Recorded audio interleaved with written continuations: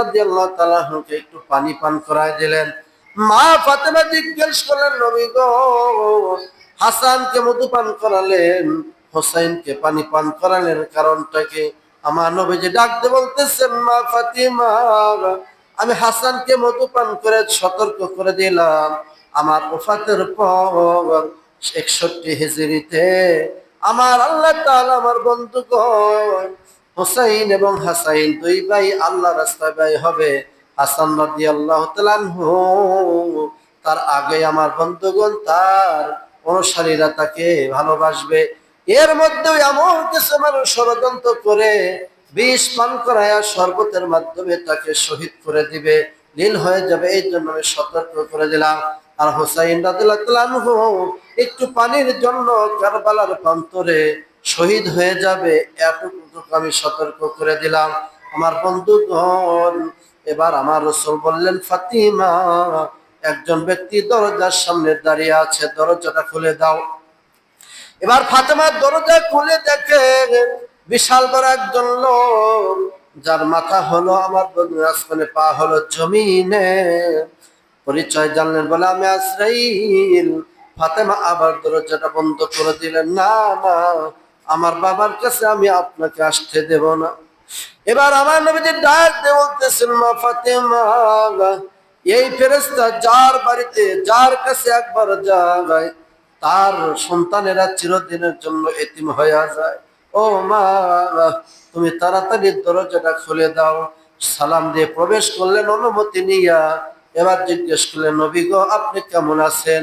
আমার নবীজি বলতেছেন, না রে ফেরেশতা, না, আমি ভালো নাই, আমার বড় কষ্ট লাগছে, আমার শরীরটা বড় অসুস্থ, জ্বর আসতেছে। এবার আজরাইল বলতেছেন, নবী গো, অন্যদিন একা আসি বা জিব্রাইল একা আসে, আজকে আজরাইল আমার সাথে এসেছেন এবং আপনার আগমনে আপনাকে আল্লাহ তাআলা পছন্দ করেছেন, আল্লাহ তাআলার দিদারে আপনি আল্লাহ সন্তুষ্ট আছেন, এই জন্য 70,000 ফেরেশতা আমাদের সাথে এসেছেন।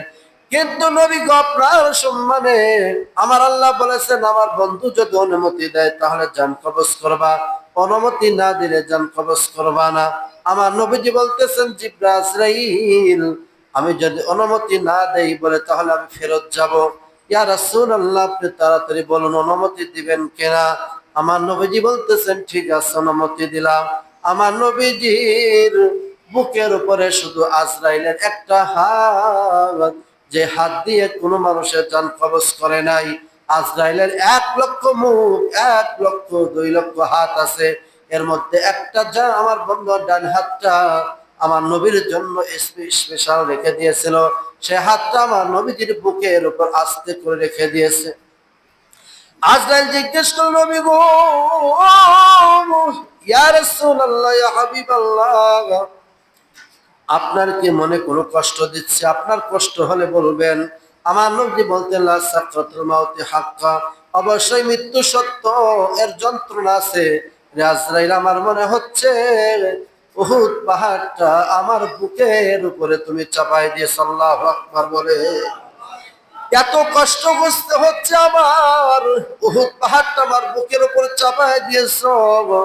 আজরাইল বলতেছেন, ইয়া রাসূলুল্লাহ, ইয়া হাবিবাল্লাহ, আল্লাহর কসম করে বলতেছি, আপনার বুকের উপরে শুধু হাতটা রেখে দিয়েছি, আমি 1% শক্তি প্রয়োগ করি নাই, আমার হাতটা শুধু বুকের উপর রেখে দিয়েছি।